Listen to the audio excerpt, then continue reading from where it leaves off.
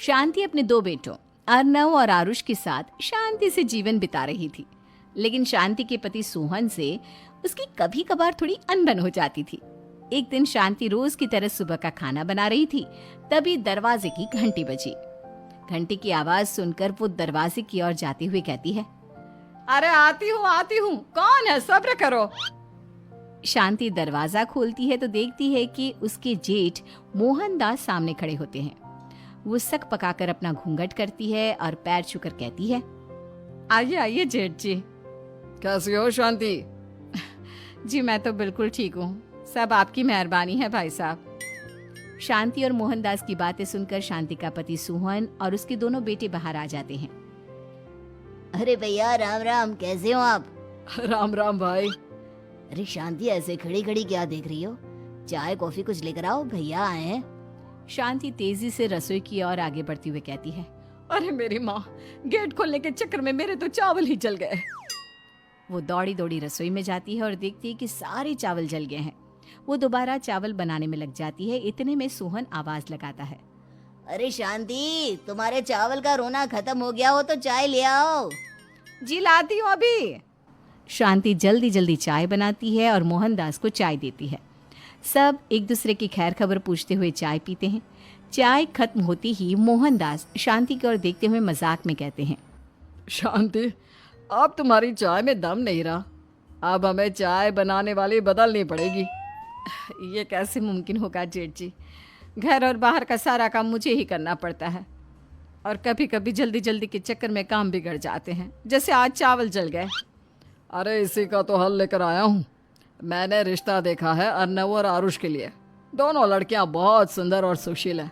अगर आप दोनों इजाजत दें तो बात करूँ आगे।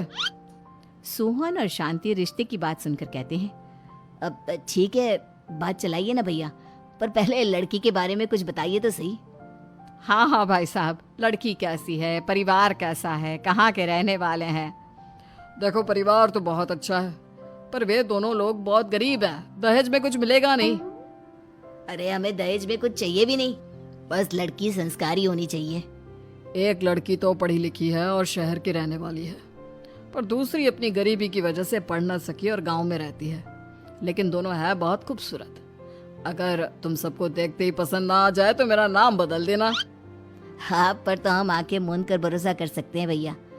आप आगे बात चलाइए, हम शादी करने को तैयार हैं। कुछ ही दिन में अर्नव और आरुष की शादी हो जाती है। आरुष की शादी अनपढ़ लड़की मंजरी से हो जाती है, जो कि बहुत भोली भी होती है, और अर्नव की शादी पढ़ी लिखी लड़की तनुजा से हो जाती है, जो कि घमंडी और चालू होती है। एक दिन मंजरी घर के काम कर रही थी कि अचानक शांति उसे आवाज लगाती है, बड़ी बहू, ओ बड़ी बहू, मंजरी जल्दी यहाँ आओ। मंजरी जल्दी जल्दी शांति के पास जाती है। बेटा मेरे पैर दबा दे, बहुत दर्द हो रहा है। जी माँ जी, बस बर्तन धोकर आती हूँ। अरे बैठ यहाँ, मेरे पैर में बहुत तेज दर्द हो रहा है, बर्तन छोटी बहू धो लेगी। मंजरी शांति के पैर दबाने लगती है तो शांति तनुजा को आवाज लगाती है, छोटी बहू, ओ छोटी बहू। तनुजा थोड़ी देर से आराम से चलकर आती है। जी माँ जी, आपने बुलाया मुझे? आपको कोई काम था क्या? तू कुछ काम कर रही है या?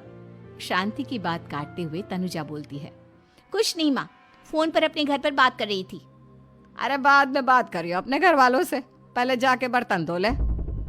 तनुजा मुंह बनाते हुए अपनी जिठानी की ओर देखती है और मन ही मन कहती है, ये महारानी वहाँ बैठी है, ये नहीं कि बर्तन धो ले। मैंने इतनी पढ़ाई बर्तन धोने के लिए की थी क्या? तनुजा दांत पीसकर वहां से चली जाती है। अगले दिन सब दफ्तर चले जाते हैं, तभी डाकिया चिट्ठी लाता है। शांति चिट्ठी लेकर मंजरी से कहती है, बड़ी बहू, जरा छोटी बहू को बुलाना, एक चिट्ठी आई है। मेरी तो आंखें कमजोर है तो मुझसे पढ़ा नहीं जाएगा।